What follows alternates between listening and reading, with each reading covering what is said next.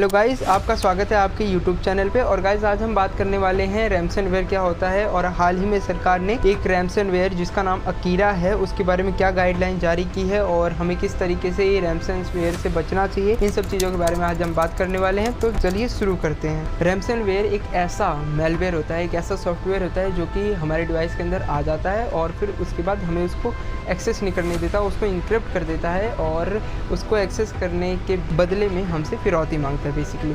तो ये होता है रैमसनवेयर। बाकी हम जानते हैं अकीरा रैमसनवेयर, जो कि हमारा मेन टॉपिक है कि ये क्या है और किस तरीके से काम करता है और क्यों सरकार ने इसके लिए गाइडलाइन, स्पेशली इसके लिए गाइडलाइन जारी की है, जो कि बेसिकली हमारे कॉर्पोरेट सेक्टर को ही टारगेट में लिए हुए है और हमारे कॉर्पोरेट सेक्टर के डिवाइसेस को अटैक कर रहा है। पर ज़रूरी नहीं है कि बस ये कॉर्पोरेट सेक्टर को ही अटैक करे, ये finance sector, personal, social media और प्राइवेट ETC इन सभी चीज़ों के ऊपर इसका अटैक हो सकता है और हम सभी को सावधान रहने की ज़रूरत है। इसकी बहुत ज़्यादा ज़रूरत है सावधान रहने की। आप किसी भी जीमेल को बिना उसके ऑथेंटिकेशन की मत खोलिए, क्योंकि ये आपके लिए ख़तरनाक हो सकता है। हमें पता नहीं कि कब कहाँ से रैमसनवेयर हम पर अटैक कर देगा और ये सोचने की ज़रूरत नहीं है कि हम तो इससे अछूते रहेंगे, क्योंकि हमारे पास तो कुछ ऐसा बहुत बड़ा चीज़ है नहीं जो कि ये लेके जाए हमसे। ये हमारे पर्सनल डाटा, हमारे फ़ोटो, वीडियोज़ जो कि बहुत ज़्यादा हम लोग पर्सनलाइज्ड रखना चाहते हैं, इन सभी चीज़ों को ये एक्सपोर्ट कर सकता है किसी भी पर्टिकुलर कंट्री में। हो सकता है चाइना या फिर किसी भी पर्टिकुलर कंट्री में कर सकता है। तो हमें रैमसनवेयर से खासा सावधान रहना चाहिए, इसीलिए सरकार ने इसके लिए बहुत ही स्ट्रिक्ट गाइडलाइन बनाई हुई है।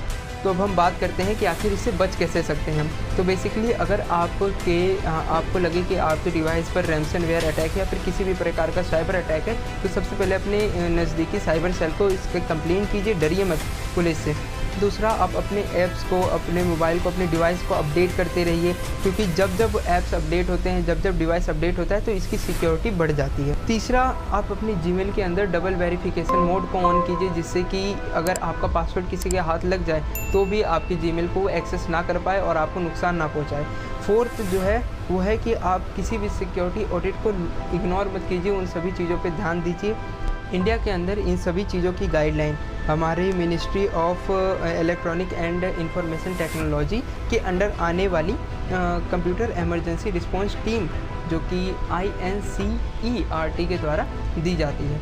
तो गाइस इन सभी चीज़ों से बचे रहें। और आपको पता है कि आने वाला टाइम हमारे लिए कितना ज़्यादा चैलेंजिंग होने वाला है। इंडिया के ऊपर साइबर अटैक्स बढ़ रहे हैं, पाकिस्तान से, चाइना से, ठीक है। तो हमें काफ़ी ज़्यादा सतर्क रहने की ज़रूरत है, क्योंकि एक देश के जो नागरिक होते हैं वो उस देश की संपत्ति होते हैं। तो